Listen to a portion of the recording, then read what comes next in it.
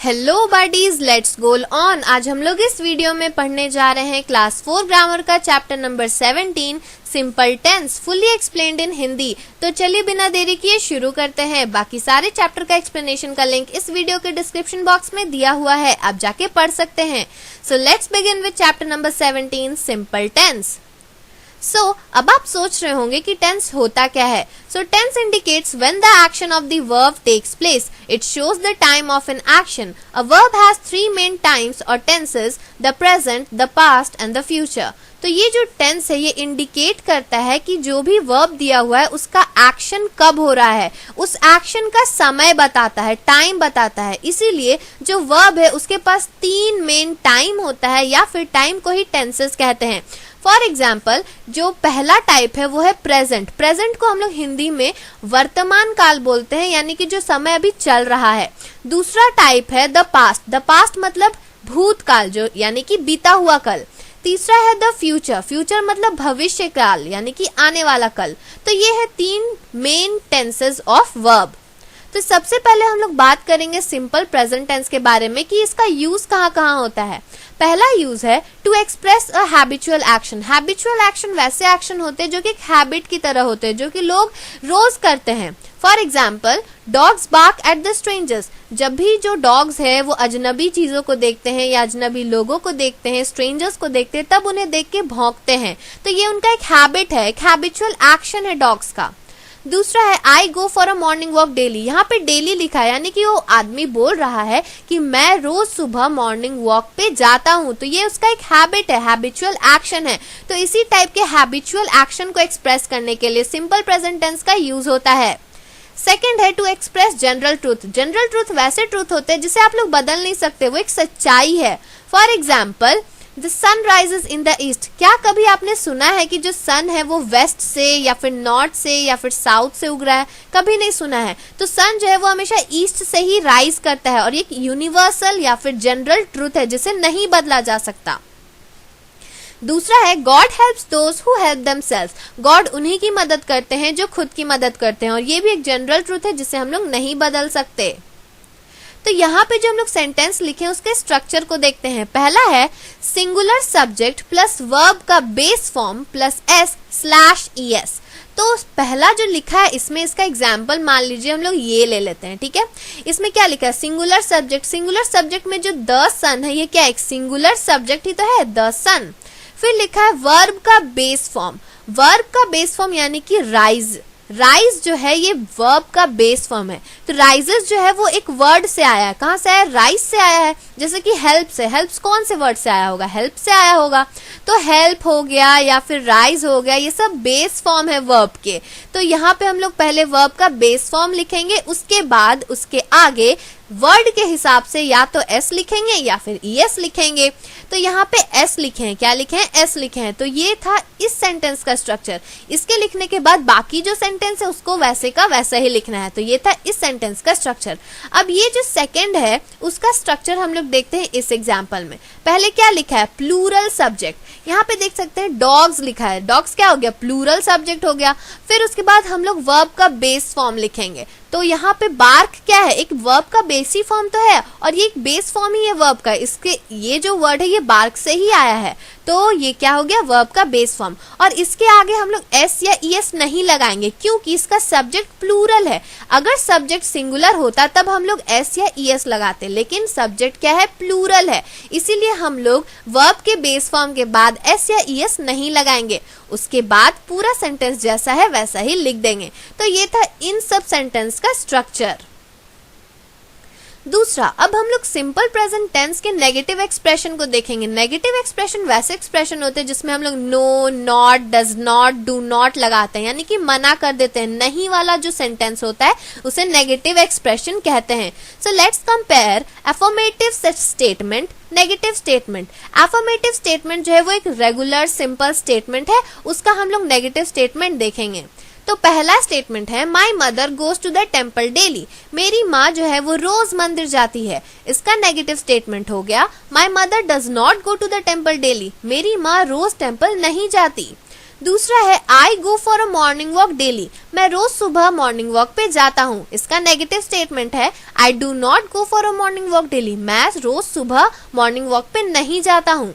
तीसरा एग्जाम्पल है he talks in the classroom, वो क्लासरूम में बात करता है। इसका नेगेटिव स्टेटमेंट है he does not talk in the classroom, वो क्लासरूम में बात नहीं करता।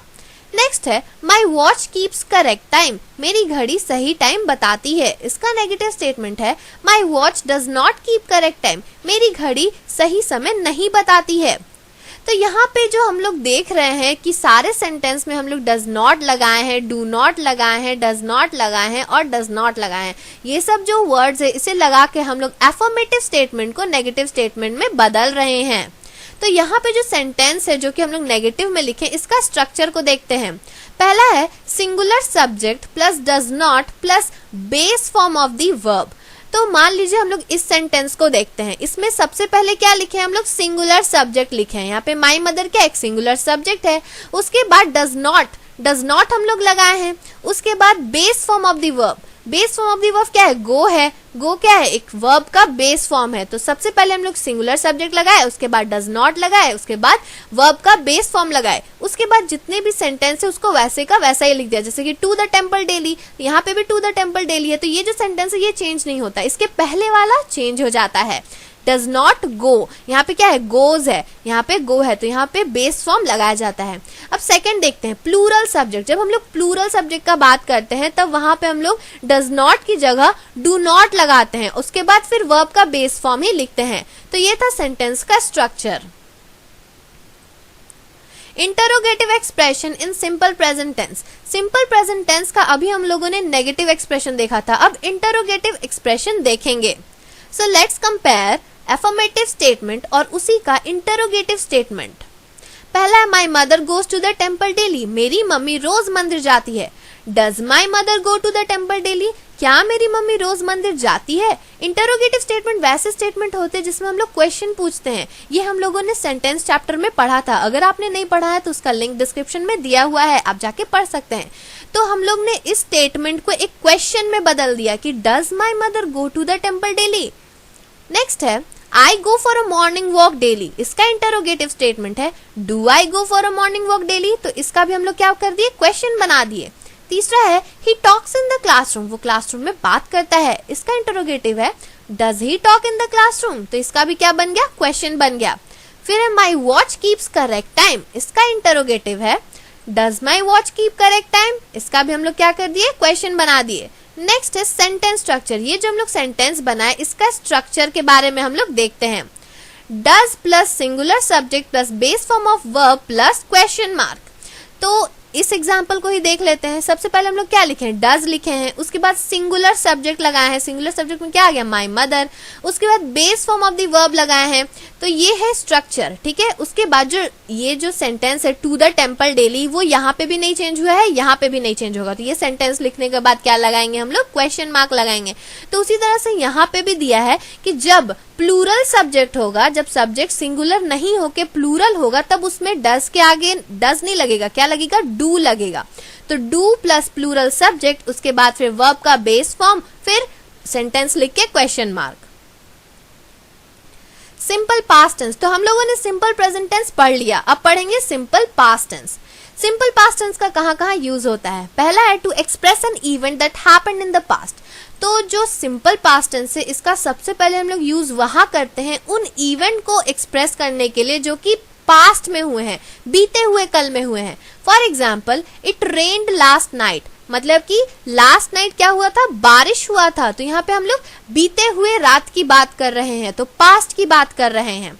आई wrote a letter to my friend, यहाँ रोट यूज हुआ। रोट मतलब रोट क्या है, पास्ट टेंस है, यानी कि मैंने अपने फ्रेंड को लेटर लिखा था पास्ट में। The police arrested the thief, यहाँ पे ईडी लग गया, अरेस्टेड या क्या नहीं, यानी कि ये क्या है, पास्ट टेंस में है। पुलिस जो है वो थीफ को पकड़ के ले गई थी, यानी कि पास्ट में बात कर रहे हैं। We played a hockey match last week, last week हम लोगों ने हॉकी मैच खेला था, तो ये भी क्या है, पास्ट टेंस ही है। तो ये सब एग्जाम्पल्स जो थे ये सब सिंपल पास्ट टेंस के एग्जाम्पल थे जो कि उन इवेंट को एक्सप्रेस करने के लिए दिखाया जा रहा है जो कि पास्ट में हुए थे। अब इनका स्ट्रक्चर देखते हैं। सब्जेक्ट प्लस वर्ब का सेकेंड फॉर्म, यानी कि जो सब्जेक्ट है, सबसे पहले हम लोग सब्जेक्ट लिखेंगे। सब्जेक्ट में क्या आ गया, जैसे इट हो गया, आई हो गया, द पुलिस हो गया, वी हो गया, ये सब क्या है, सब्जेक्ट है। फिर वर्ब का सेकंड फॉर्म। सेकंड फॉर्म मतलब कि जब हम लोग पास्ट टेंस में लिखते हैं ना, यानी कि ईडी लगाते हैं या फिर उसी को हम लोग पास्ट टेंस में बदल देते हैं कोई भी वर्ड को, तो वो होता है वर्ब का सेकंड फॉर्म। जैसे कि रेन होता है इसका बेस फॉर्म, अब ईडी लगा दिया तो ये क्या हो गया, वर्ब का सेकंड फॉर्म हो गया। राइट का रोट हो गया, अरेस्ट का अरेस्टेड हो गया, प्ले का प्लेड हो गया, तो ये सब क्या है, वर्ब का सेकंड फॉर्म है। तो अब हम लोग सिंपल पास्ट टेंस का नेगेटिव एक्सप्रेशन देखेंगे। So let's compare affirmative statement with negative statement. पहला है it rained last night, negative it did not rain last night. इसमें क्या लिखा है कि लास्ट नाइट बारिश हुई थी, लेकिन इसका नेगेटिव क्या हो गया कि लास्ट नाइट बारिश नहीं हुई थी। दूसरा the police arrested the thief, इसका नेगेटिव स्टेटमेंट है the police did not arrest the thief. तीसरा है we played a hockey match last week, इसका नेगेटिव है we did not play a hockey match last week. तो यहाँ देख सकते हैं डिड नॉट लग गया, फिर यहाँ पे भी डिड नॉट लग गया, यहाँ पे भी डिड नॉट लग गया, तो ये सबसे क्या हो गया, नेगेटिव स्टेटमेंट बदल गया। अब इसका स्ट्रक्चर देखते हैं, subject plus did not plus base form of the verb. यहाँ पे आप देख सकते हैं कि सबसे पहले तो हम लोग सब्जेक्ट लिखते हैं, उसके बाद डिड नॉट लिखे हैं, फिर वर्ब का बेस फॉर्म लिखे। अब यहाँ पे भी देखिए बेस फॉर्म आ गया, जैसे कि यहाँ पे अरेस्टेड लिखा है, ये क्या है, वर्ब का सेकंड फॉर्म है। लेकिन यहाँ पे हम लोग सेकंड जब नेगेटिव में बदलेंगे तब वर्ब का सेकंड फॉर्म नहीं लगाएंगे, वर्ब का बेस फॉर्म लगाएंगे। यानी कि अरेस्टेड का अरेस्ट होता है बेस फॉर्म, रेन्ड का रेन होता है, ठीक है, प्लेड का प्ले होता है। तो ये सब क्या है, ये सब वर्ब के बेस फॉर्म है और ये सेंटेंस का स्ट्रक्चर है। Interrogative expression in simple past tense. तो सिंपल पास्ट टेंस का हम लोग इंटरोगेटिव एक्सप्रेशन देखेंगे। So let's compare affirmative statement with interrogative statement. पहला इट रेन्ड लास्ट नाइट, इसका इंटरोगेटिव है did it rain last night, यानी कि क्वेश्चन में बदल दिया। सेकंड है I wrote a letter to my friend, did I write a letter to my friend. Yesterday, the police arrested the thief. Did the police arrest the thief yesterday? We played a hockey match last week. Did we play a hockey match last week? तो आप देख सकते हैं कि यहाँ पे हम लोग सारे स्टेटमेंट को क्वेश्चन के फॉर्म में बदल रहे हैं, यानी कि इंटरोगेटिव में बदल रहे हैं। तो इन सब सेंटेंस का स्ट्रक्चर क्या है, सबसे पहले तो हम लोग डिड लगाए, डिड के बाद सब्जेक्ट लगाए, सब्जेक्ट के बाद वर्ब का बेस फॉर्म लगाए। अब आप देख सकते हैं कि यहाँ पे रेन्ड लिखा है, ठीक है, इसका ये क्या है, वर्ब का सेकंड फॉर्म, इसका बेस फॉर्म क्या हो जाएगा, रेन हो जाएगा। रोड का बेस फॉर्म क्या है, राइट हो जाएगा। अरेस्टेड का क्या हो जाएगा, अरेस्ट हो जाएगा। प्लेड का बेस फॉर्म क्या होगा, प्ले हो जाएगा। तो यहाँ पे हम लोग पहले डिड लिखेंगे, फिर सब्जेक्ट लिखेंगे, फिर वर्ब का बेस फॉर्म लिखेंगे। उसके बाद जो स्टेटमेंट लिखा हुआ है स्टेटमेंट में उसको वैसे का वैसा लिख के फिर क्वेश्चन मार्क लगा देंगे। तो इस तरह से अफर्मेटिव स्टेटमेंट जो है वो इंटरोगेटिव में बदल जाएगा। नेक्स्ट हम लोग पढ़ेंगे सिंपल फ्यूचर टेंस के बारे में कि सिंपल फ्यूचर टेंस कहाँ कहाँ यूज होता है। पहला है to express an event that will happen in future, तो वैसे इवेंट को एक्सप्रेस करने के लिए जो कि फ्यूचर में होगा, आगे होगा। For example we shall play a cricket match tomorrow, हमें कल क्रिकेट मैच खेलना चाहिए। तो यहाँ पे हम लोग फ्यूचर का बात कर रहे हैं। They will go to attend the party, वो लोग पार्टी अटेंड करने जाएंगे, विल गो यानी कि फ्यूचर में जाएंगे। I shall write a letter to my friend, मुझे अपने दोस्त को लेटर लिखना चाहिए, तो ये भी फ्यूचर का बात हो रहा है। My sister will help me with my work, मेरी बहन मुझे मदद करेगी मेरे काम में, तो ये क्या है, ये भी फ्यूचर वाला हो गया। तो यहाँ पे सेंटेंस का स्ट्रक्चर क्या है, सब्जेक्ट प्लस विल या फिर shall plus base form of verb. तो यहाँ पे देख सकते हैं पहले हम लोग सब्जेक्ट लिख रहे हैं, यानी कि सब्जेक्ट में क्या हो गया, वी हो गया, दे हो गया, आई हो गया, माई हो गया। फिर वर्ड के अकॉर्डिंग या तो शैल लगा रहे हैं या तो विल लगा रहे हैं। इस तरह से हम लोग विल या शैल वर्ड के अकॉर्डिंग लगाते हैं। उसके बाद फिर जो भी वर्ब है उसका बेस फॉर्म लिखते हैं, जैसे कि प्ले क्या है, बेस फॉर्म है, गो क्या है, बेस फॉर्म है, राइट क्या है, बेस फॉर्म है, हेल्प क्या है, बेस फॉर्म है।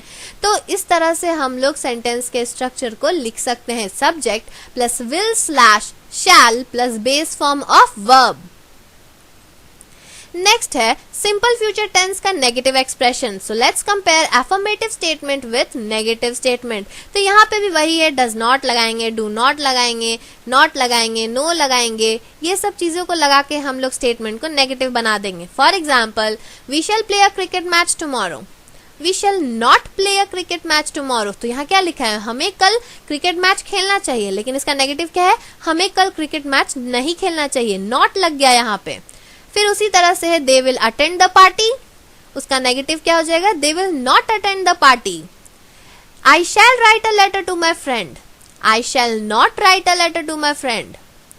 माई sister will help me with my work, my sister will not help me with my work. तो यहाँ पे देख सकते हैं नॉट लगा के हम लोग सारे अफर्मेटिव स्टेटमेंट को नेगेटिव स्टेटमेंट में बदल दिए हैं। तो यहाँ पे सेंटेंस का स्ट्रक्चर क्या हो जाएगा, तो सबसे पहले हम लोग लिखेंगे सब्जेक्ट, उसके बाद विल या शैल लगाएंगे, ये उसके बाद नॉट लगाएंगे, उसके बाद फिर बेस फॉर्म ऑफ वर्ब लिखेंगे। तो यहाँ पे ऐड कर लीजिएगा, यहाँ पे क्या हो जाएगा, NOT not plus base form of the verb. तो सबसे पहले हम लोग सब्जेक्ट लिखेंगे, फिर वर्ड के अकॉर्डिंग शैल या विल लगाएंगे, फिर नॉट लगाएंगे, उसके बाद वर्ब के बेस फॉर्म को लिखेंगे और लास्ट में क्या हो जाएगा, वही सेंटेंस जो कि क्वेश्चन में दिया रहेगा। नेक्स्ट हम लोग देखेंगे सिंपल फ्यूचर टेंस का interrogative expression. So let's compare affirmative statement with interrogative statement. We shall play a cricket match tomorrow. इसका इंटरोगेटिव क्या हो जाएगा, shall we play a cricket match tomorrow, यानी कि क्वेश्चन में बदल रहा है। उसी तरह से they will attend the party, will they attend the party? I shall write a letter to my friend, shall I write a letter to my friend? My sister will help me with my work, will my sister help me with my work? तो यहाँ पे आप देख सकते हैं कि किस तरह से हम लोग स्टेटमेंट को क्वेश्चन में बदल रहे हैं, यानी कि इंटरोगेटिव स्टेटमेंट में बदल रहे हैं। यहाँ पे सेंटेंस का स्ट्रक्चर क्या है, सबसे पहले तो हम लोग विल या शैल लगाएंगे, यहाँ पे देख सकते हैं विल लगा है या तो शैल लगा है, तो वर्ड्स के अकॉर्डिंग हम लोग विल या शैल लगाएंगे। उसके बाद फिर सब्जेक्ट लिखेंगे, जैसे कि यहाँ पे वी है सब्जेक्ट, दे है सब्जेक्ट, आई है सब्जेक्ट। उसके बाद वर्ब का बेस फॉर्म लगाएंगे, जैसे कि प्ले, अटेंड, राइट, ये सब क्या है, वर्ब का बेस फॉर्म है। और उसके बाद जो सेंटेंस दिया हुआ है वही लिखना है, उसके बाद क्वेश्चन मार्क लगा देना है। तो इस तरह से हम लोग एफर्मेटिव स्टेटमेंट को इंटरोगेटिव स्टेटमेंट में बदलते हैं सिंपल फ्यूचर टेंस का। तो ये था पूरा एक्सप्लेनेशन इस चैप्टर का। और अगर आपको इसी तरह और भी चैप्टर का एक्सप्लेनेशन चाहिए, किसी टॉपिक का एक्सप्लेनेशन चाहिए, तो तुरंत हमारे चैनल को सब्सक्राइब कर लीजिए और बेल आइकन दबाना बिल्कुल मत भूलिएगा। So if you like this video, don't forget to like, subscribe and share. Thank you and thanks for watching.